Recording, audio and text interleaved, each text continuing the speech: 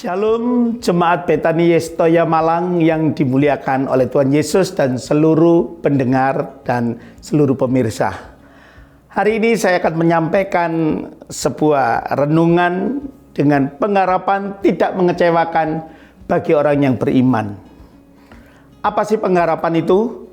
Kalau kita belajar dari firman Tuhan Roma pasal 5 ayat 25, itu sangat jelas sekali saudara.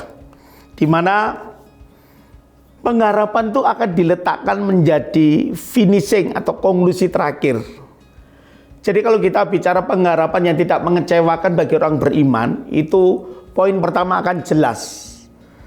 Apa sih pengharapan yang tidak mengecewakan itu? Pertama, karena kita tahu pengharapan itu kalau di Roma pasal 5 ayat 2 sampai 5 itu disebutkan paling terakhir, maka kita tahu bahwa poin pertama itu pengharapan harus sebagai proses. Apa sih pengharapan sebagai proses dan diletakkan paling terakhir?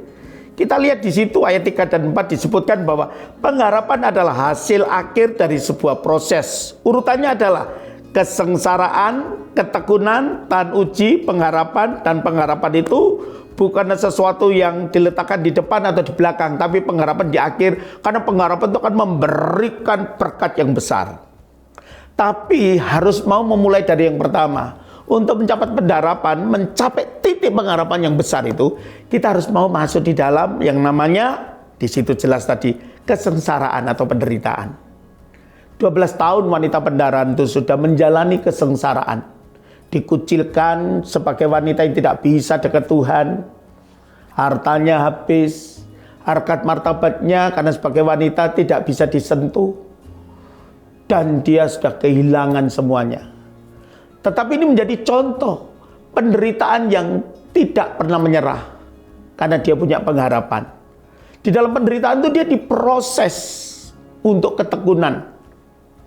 Dia berjuang mencari berita tentang Tuhan Yesus. Merangkak-rangkak walaupun banyak rintangan. Inilah yang disebut sebagai ketekunan.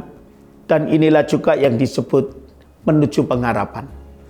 Jadi biarlah pada pagi hari ini saya percaya saudara adalah orang-orang yang beriman dan orang yang punya pengharapan, karena saudara tidak akan pernah dibuat Tuhan kecewa dan putus asa.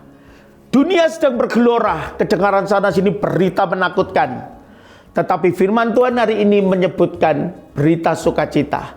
Milikilah pengharapan. Pengharapan itu seperti sau yang kuat, di mana seorang nakoda akan melemparkan saunya, jangkarnya pada waktu terjadi gelombang ke tengah lautan, di dasar lautan, sehingga menempel pada carang dan pada karang yang kokoh.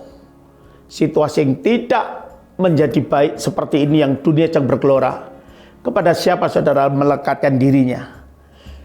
Orang beriman akan melekatkan dirinya kepada Tuhan Yesus Kristus, karena dia tahu dia punya pengharapan yang besar dan tidak akan pernah mengecewakan. Fokuskan diri saudara kepada Yesus Kristus. Jadilah orang yang punya iman, dan di situ disebut saudara adalah orang yang dibenarkan. Jadilah orang yang punya pengharapan. Dari situ saudara adalah menjadi orang yang tidak pernah takut dengan proses, tidak akan penakut dengan masalah, dengan tubir yang dalam. Karena keyakinan saudara, pengharapan itu akan menghasilkan buah yang besar. Diberkatilah seluruh jemaat. Biarlah damai sejahtera firman ini menyentuh saudara yang lemah, akan dikuatkan. Mungkin saat saudara melihat ini saudara sedang tertekan, milikilah pengharapan dan jangan takut menuju proses dan kesengsaraan. Wanita pendaran diberi mujizat sembuh, diberi keselamatan dan menjadi pengikut Kristus. Jadilah sedemikian rupa, lihatlah bahwa mujizat masih ada. Shalom, Tuhan Yesus memberkati.